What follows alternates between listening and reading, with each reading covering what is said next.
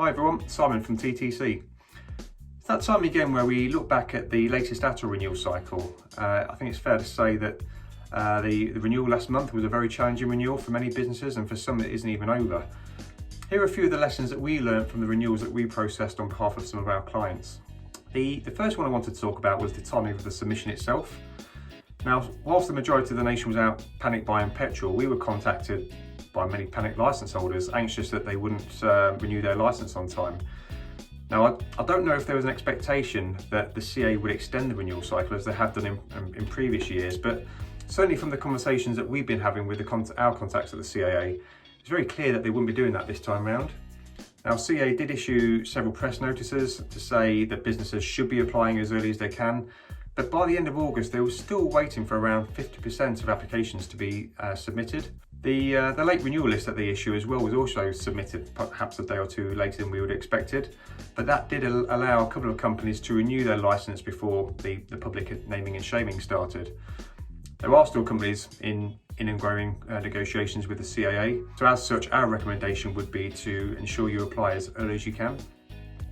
The second area which is worth talking about is the role of ARAs.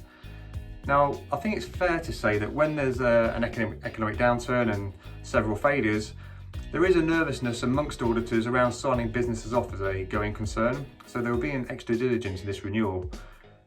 Previously, ATOL reporting forms or simple confirmations would be straightforward exercises, but we had instances where ARAs would only submit both parts of the annual returns together, for example, or and obviously part 2 is far more urgent to allow the CAA assessment to commence.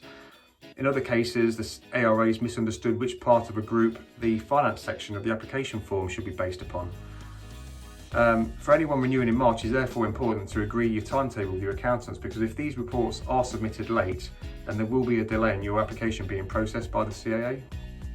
The third thing I want to talk about are CAA requests for cash injections.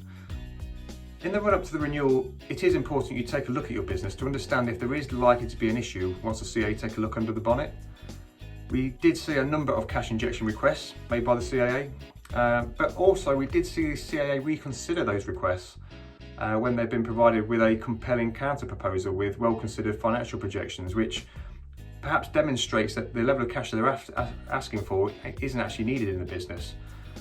There are clearly companies out there that where if a self-appraisal of their own business would probably lead to the conclusion that money is required, but if you can put forward a good reassessment of yourself as to why that may not be the case, then the CAA will reconsider what they're asking for.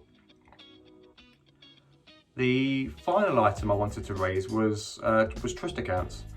Now, no regulatory update is quite complete without a mention of trust accounts. It's been obviously been a very hot topic over the last couple of years. Based on conversations we had earlier in the year, we expected this renewal to see many businesses being asked to put in place a trust account as part of their ongoing licensing conditions, particularly the larger license holders. The reality was that the wholesale transition into trust did not materialise as we expected. We do, however, expect this to be back on the agenda in 2022 as the CAA considers its next step in the wake of the closing of the recent ATOL consultation. So that's something we've all got to look forward to for next year. Thanks for listening.